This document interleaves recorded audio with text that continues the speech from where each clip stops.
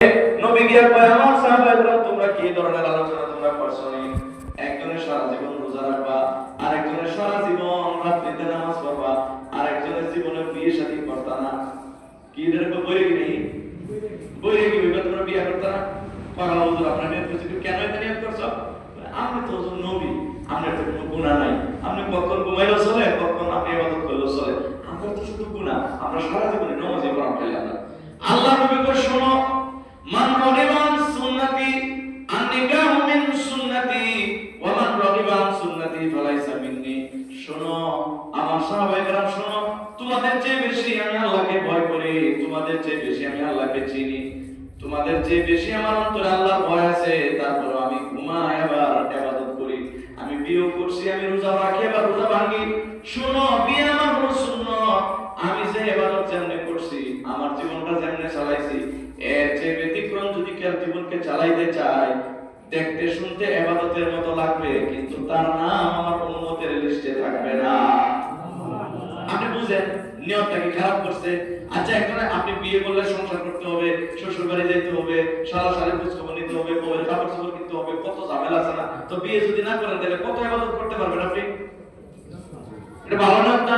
আরে সারা রাত নামাজ পড়বো, এটা কি না খারাপ? সারা রাত নামাজ পড়া, এটা তো আমরা বলি না ছেলেটা পড়ার জন্য, এটা কি নিয়ত খারাপ করছে না ভালো করছে? আর সারা জীবন রোজা রাখো, রোজা জীবনও ভাঙতো না, এটা কি খারাপ ভালো নিয়ত করছে না? কিন্তু আল্লাহ রাসূল কয় সারা জীবন যদি রোজা রাখার নিয়ত করো, বিয়ে শাদী যদি না করো, সারা রাত যদি দাঁড়ায় নামাজ পড়ো, তোমার নামটা আমার উম্মতের লিস্টিতে যাবে না। কারণ এটা তোমার বুদ্ধি, এটা আমার না। আমার জীবন আদর্শ এরকম না। আমার জীবন আদর্শ হলো নামাজও পড়তে হবে, ঘুমাইতেও হবে। আমার জীবন আদর্শ হলো সংসারও করতে হবে, তোমাকে ইবাদত করতে হবে। আমার জীবন আদর্শ হলো রোজা রাখতেও হবে, রোজা ভাঙতেও হবে। আমরা তো একটা ভালো কাজে গেলে হইছি, আমার যুক্তিতে সেটা ধরছে এটা ভালো, এটা আমাকে করতেই হবে, এটা কেউ ফিরাইতে পারবে না, কেউ আর ফিরাইতে পারবে না। আমরা রাসূল থেকে কেউ দূরে যেতে পারি না। শয়তান মুসলমানদেরকে কেমনে প্রতারিত করা যায়, শয়তান একটা রাস্তা বাইর করছে। তো কেমনে মুসলমানকে কেমনে দূরে সরানো যাবে, এই যে দুইটা ঘটনা বললাম, এই ঘটনার পরিপ্রেক্ষিতে শয়তান রাস্তা বাইর করছে যে মুসলমানদের গিয়া খালি বলবো যে তোমরা ইবাদত একটু বাড়ায়া করো, ইবাদত একটু রং লাগায়া করো। এই যে সবে বলা তাইতাছে, দেখবেন লাইট লাগায়া মানুষ মসজিদের রং লাগায়া বাতাসা আইনা সবে বলাতে রাত্রিটা একটা বিয়ের রাত্রি বানায়া ইবাদতের মধ্যে কিন্তু মাইচুস। আপনি দেখেন আপনারা এলাকার অবস্থা দেখেন, রাতে 10টার পর আসে দেখেন 12টার পরে মসজিদে লোক থাকে কিনা, এবং 2, 4, 5 রাকাত 10 রাকাত নামাজ একটু কোরআন তেলাওয়াত সবে বলাতে রাতে মানুষ করছে কিনা একটু খোঁজ নিয়ে দেখেন, খুবই কম সংখ্যক পাবেন। ফুর্তি বার্তার লোক বেশি পাবেন, খাওয়া খাদ্যের লোক বেশি পাবেন। বাসার মধ্যে গিয়ে দেখবেন রুটি হয়েছে, হালুয়া হয়েছে, গুস্ত হয়েছে, পারলে বাসার মধ্যে মেহমান আসছে, একটা আমেজ আনন্দ মুখর একটা পরিবেশ হয়ে গেছে। কিন্তু কোরআন তেলাওয়াত দেখবেন যে সারা রাত এক লাইন হয়েছে না, কেউ করছে না। 2 রাকাত নামাজ গিয়ে দেখবেন ওটা দাদি একটু বুড়া লোক যদি থাকে তাহলে তারা করছে, জোয়ান পোলা ভাড়া করছে না। আপনি দেখবেন ঘোরাঘুরি করছে রাত্রে 12টা 1টা পর্যন্ত, ঘোরাঘুরি করে জিলাপি বাতাসা খায়া ফজরের নামাজটা পর্যন্ত পড়ে না। অথচ একটা ফজরের নামাজ হাজার সবে বরাতের রাতে, কোটি সবে বরাতের রাতে একসাথে দিলেও একটা ফজরের নামাজের একটা সমান হবে না। কিন্তু আপনি দেখেন আমরা করি কি, একটা সবে বরাত পালনের জন্য ফজরের নামাজ রুসুম এবং বেদাতে আমাদেরকে ছুঁয়ে পড়ছে। হ্যাঁ, তবে সবে বরাতে কিছু আমল আছে। আল্লাহ নবী সাল্লাল্লাহু আলাইহি ওয়াসাল্লাম বলেন, ইদা কানাত লাইলাতুন নিসফি মিন শাবান ফাকুমু লাইলা ওয়া সুমু ইয়াওমা। যখন শবে বরাত আসে, মানে এই যে এখন শাবান মাসের আজকে 3 তারিখ, 14 তারিখে রাত 3, 4, 5 এভাবে গুনবেন। 14 তারিখের রাত্রে যখন আসে দেখেন আল্লাহ নবী কি বলছে, আমরা করি কি? নবী কি বলছে, ফাকুমু লাইলা, তোমরা রাতে দাঁড়ায় যাও, তোমরা এমন হয়ে যাও। দাঁড়ায় রাত্রে যদি কেউ দাঁড়ায় কি করে? ইবাদত করে। রাত্রে ইবাদতের জন্য তোমরা দাঁড়াও, মানে রাত্রে ইবাদত করো। যার মন চায় কোরআন তেলাওয়াত করো, যার মন চায় নামাজ পড়ো, যার মন চায় তোমরা জিকির করো, যার মন চায় আল্লাহর কাছে দোয়া করো। হাদিসের মধ্যে আসছে আল্লাহ নবী সাল্লাল্লাহু আলাইহি ওয়াসাল্লাম বলেন শবে বরাতের অর্থাৎ 15তম রজনীর সন্ধ্যা যখন হয়ে যায় আল্লাহ প্রথম আসমানে আসে আর মানুষকে ডাকতে থাকে আলা মিন মুস্তাগফিরিন আলা মিন মুস্তারজিকিন আলা মিন মুস্তারজিকিন, কে আসো আমার কাছে গুনাহ চাইবা চাও, কে আসো আমার কাছে রিজিক চাইবা চাও, কে আসো আমার কাছে রিজিক, কে কার কি সমস্যা আছে আমার কাছে বলো, আমি দেখব। আল্লাহ প্রথম আসমানে এসে মানুষকে ডাকতে থাকে। এবং আল্লাহ নবী কি বলছে ফাকুমু লাইলা, অর্থাৎ রাতে তোমরা সজাগ থাকো যতক্ষণ পারো সম্ভব। ফজরের নামাজ পড়তে পারবা ওই আন্দাজে সজাগ থাকো, এমন না যে একটু বেশি সজাগ থাকলে ফজরের নামাজটা মিস হয়ে যায়, এরকম না। যদি ফজরের নামাজ পড়ার সম্ভাবনা কষ্টকর হয়ে যায়, যে ফজরের নামাজটা পড়তে কষ্ট হবে রাতে সজাগ থাকলে, তাহলে এশার নামাজ দ্রুত পড়ে গিয়ে শুয়ে পড়ো। প্রতিদিনের ন্যায় দ্রুত এশার নামাজ পড়ে গিয়ে শুয়ে পড়ো, ফজরের নামাজ পড়ো। হাজারো হাজার শবে বরাতের রাত্রে চাইতে তোমার আমলনামায় বেশি ইবাদত লেখা হবে। কিন্তু আমরা বলি ফাকুমু লাইলাহা, রাতে দাঁড়াও, ওয়াসুমু ইয়াওমা, এবং পরের দিন তোমরা রোজা রাখো। 14 তারিখের রাতে সেহরি খাবো, 15 তারিখ যে দিন, এই দিনে আমরা রোজা রাখবো। এই হচ্ছে আল্লাহর নবী সাল্লাল্লাহু আলাইহি ওয়াসাল্লামের পক্ষ থেকে শবে বরাতের আমল। শবে বরাতের আমল কি? এই আমল। এরপরে দেখেন কেন, ফাইনাল্লাহ তাআলা ইয়ানজিলু ফি গুরুবিশ শামসি ইলা সামাই দুনিয়া ফায়াকুলু আলা মুস্তাগফিরিন ফাগফির লাহু। আমল করতে কেন কইছে আল্লাহ? কেন রাত্রিতে আমল করতে বলছে? নিশ্চয় আল্লাহ তাআলা ইয়ানজিলু ফি গুরুবিশ শামসি ইলা সামাই দুনিয়া, দুনিয়ার যে আসমান আছে, প্রথম আসমান, এই আসমানের মধ্যে আল্লাহ চলে আসে। কি বলে?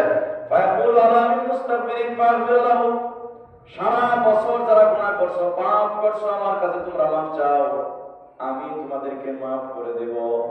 আলা মিন মুস্তারজিকিন ফারজুকাহু, কার রিজিকের সমস্যা, কার অভাব আছে, অনটন আছে, কার চাকরি নাই, কার ছেলে মেয়ে বিবি পুত্র নিয়ে সমস্যা আছে, বিপদে আছে, আমার কাছে বলো। আলা মিন মুস্তারজিকিন ফারজুকাহু, আমি তার রিজিকের ব্যবস্থা করব। আলা মুতালান ফাওয়াফিহু, কে কোন মুসিবতে আছো আমার কাছে বলো, আমি আজকে তোমাদের আবেদন পূরণ করার জন্য, তোমাদের দরখাস্ত পূরণ করার জন্য আমি আজকে প্রথম আসমানে নেমে এসেছি। আল্লাহ আমাদের কাছাকাছি হয়ে যাচ্ছে, হয়ে গেছে, কিন্তু আমরা কি করি? ফুর্তি করে রাত কাটাই দিই, আমরা বয়ান করে রাত কাটাই দিই। আমি কি বুঝাইতে চাচ্ছি আপনাদেরকে, যে শবে বরাতের রাত ফুর্তি করার রাত না, এটা খাওয়া খাদ্যের রাত না, এটা বয়ান করার রাত না, বয়ান শোনারও রাত না। এটা এই রাত্রে 2 রাকাত নামাজ পড়তে পারলে লাভ, বুঝেন নাই? এই রাত্রে 2 রাকাত নামাজ পড়তে পারলে লাভ, একটু কোরআন তেলাওয়াত করতে পারলে লাভ, একটু জিকির করতে পারলে লাভ। এই রাত্রে ফজরের নামাজ পড়ার আশায় ঘুমাইলে লাভ, ওয়াজ শুনলে কোনো লাভ নাই। কারণ লাভ হয়তো কখন, যে হুজুর আমরা তো শবে বরাত সম্পর্কে কিছু জানি না, হুজুর একটু মেহেরবানি করে, যেহেতু আজকে শবে বরাতের রাত, আপনি আমাদেরকে শবে বরাতের রাত সম্পর্কে, মানে আজকের রাত্রটা সম্পর্কে কি কি করব, আমাদেরকে একটু দিক নির্দেশনা দেন। তো রাত আছে 5 ঘন্টা, 1 ঘন্টা দিক নির্দেশনা দেন, 4 ঘন্টা আমরা আমল করব। কথাটা যুক্তি আছে না? তো 5টা ঘন্টা সময় আছে, তো যেহেতু আমরা পূর্ব থেকে কিছু জানা নাই, জানি না কি করব এই রাত্রে, তো 1 ঘন্টা আমাদেরকে কিছু দিক নির্দেশনা দেন, কিছু বুঝান, আর বাকি 4 ঘন্টা ওই 1 ঘন্টার অনুযায়ী আমরা আমল করব। এটা কথা সত্য, কিন্তু আমরা কি শবে বরাত সম্পর্কে ওই রাত্র আসার আগে জানার সুযোগ আছে না নাই? বলেন আছে না নাই? আজকে কি আমরা জানতেছি কি জানতেছি না? আগামী জুমায় কি জানতে পারবো কি পারবো না? তাহলে কেন আমাদেরকে ওই রাত্রে আবার বয়ান করতে হবে? কি বয়ান করবে রাত্রে? আমি তো বয়ান একই যাইতেছি আমার ভাইরা। তাহলে আমরা বুঝাইতে চাচ্ছি যে শবে বরাতের রাত্রটা আসতেছে, ওই রাত্রটা কি খাওয়া খাদ্যের রাত্রিটা? বলেন সবাই, ওইটা কি ফুর্তি করার রাত? ওইটা কি ঘোরাফেরার রাত? ওইটা কি আলোকসজ্জা করার রাত? ওইটা কিসের রাত? বলেন ইবাদতের রাত। ওইটা কিসের রাত? ইবাদতের রাত। কে বলেছে? আল্লাহর নবী সাল্লাল্লাহু আলাইহি সাল্লাম বলেছে, ইযা কানাত লাইলাতুন নিসফি মিন শাবান, যখনই তোমাদের সামনে 15 তারিখের রাত এসে যাবে শাবান মাসের, ফাকুমু লাইলাহা, আর দেরি নাই, দাঁড়ায় যাও, ওয়াসুমু ইয়াওমাহা, এবং পরের দিন তোমরা রোজা রাখো, আর দেরি করো না। কেন? দেখেন রাসূল করিম সাল্লাল্লাহু আলাইহি ওয়াসাল্লাম বলছেন, লাইলাতুল মানে শাবান মাসের 15তম রাত যখন আসবে, আইয়াতুবা ফি কুল্লি মাউলুদি বানি আদম ফি হাদিস সানা, ওই রাত্রিতে যদি আপনি কিছু আল্লাহর কাছে চান, দেখেন আল্লাহর নবী সাল্লাল্লাহু আলাইহি ওয়াসাল্লাম বলেছেন, কুল্লু মাউলুদি বানি আদম ফি হাদিস সানা, ওই রাত্রিতে কত মানুষ আগামী শবে বরাত পর্যন্ত দুনিয়াতে আসবে, আল্লাহ কে কে দুনিয়াতে আসবে, কার করে কয়জন সন্তান আসবে, কার করে কে আসবে, ওই 15তম রাত্রিতে সব একাধারে লিপিবদ্ধ করে রাখেন। ওই একটা রাত্রিতে, যে রাত্রটা আসতেছে আমাদের সামনে, ওই রাত্রিতে আগামী 1 বছর দুনিয়াতে কে কে জন্ম নিবে তাদের নাম লিপিবদ্ধ করা হয়।